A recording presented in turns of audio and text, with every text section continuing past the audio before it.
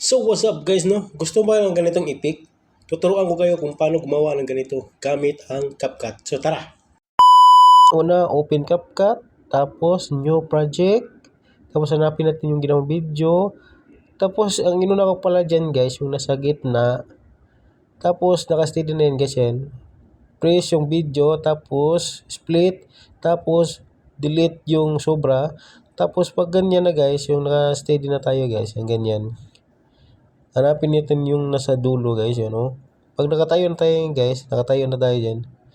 Hanapin natin yung naka-stable talaga, yung nakaupo tayo yan, ganyan. Tapos press, tapos split. Tapos pag nakita natin yung second step natin na video, yung nasa gilid na tayo, yan guys. Pag naka-steady na tayo dyan guys, yan. Press natin yung video, tapos split, tapos yung sobra guys, yung di na pwede, i-delete natin yan. Tapos pagkatapos nating nakuha yung second step na video, yan guys oh, pagkatapos natin yan, pag na-steady na yun guys, yan press, tapos split, tapos pag yan okay na guys, i-overlay natin. Pagkatapos overlay, hatakin natin sa dulo para magpantay yung first clip saka second clip. Ganyan guys. Hatakin natin yan guys. Paghatak natin yan guys, i-press natin, tapos hanapin natin yung mask.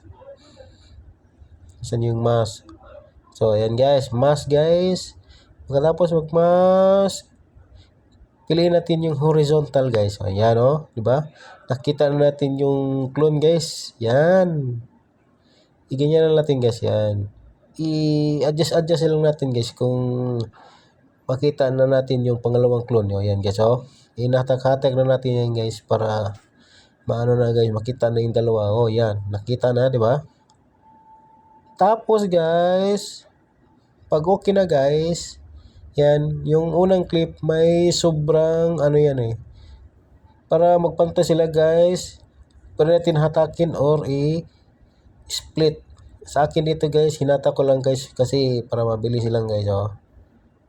Kinata ko yan guys para magpantay yung dalawa. Yan, nagpantay na yan guys. Tapos pumunta tayo dito sa pangatlong clip. Guys, hanapin natin yung naka-steady na yung video guys. Tapos yung sobra na guys, i-delete natin pag hindi na pwede guys, yan oh.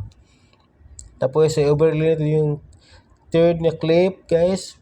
Tapos ipantay natin sa yan, ipantay natin siya sa pangalawa sa una. Ayan guys. Pagkatapos nating hatakin guys, yan, i-press natin, tapos pumuti, split, tapos delete yung sobra guys, yan, di ba?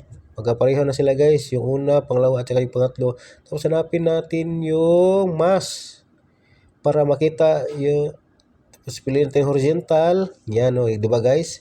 Nakita na silang tatlo guys. Ganyan lang gagawin natin guys para maging tatlo tayo guys. O, di ba? Mabilis lang guys. Ganito kabilis pag mag-edit tayo sa CapCut guys. So sa hindi pa nakapalo sa aking Facebook guys, sana guys i-follow nyo ako. Topi Vlog. Thank you guys.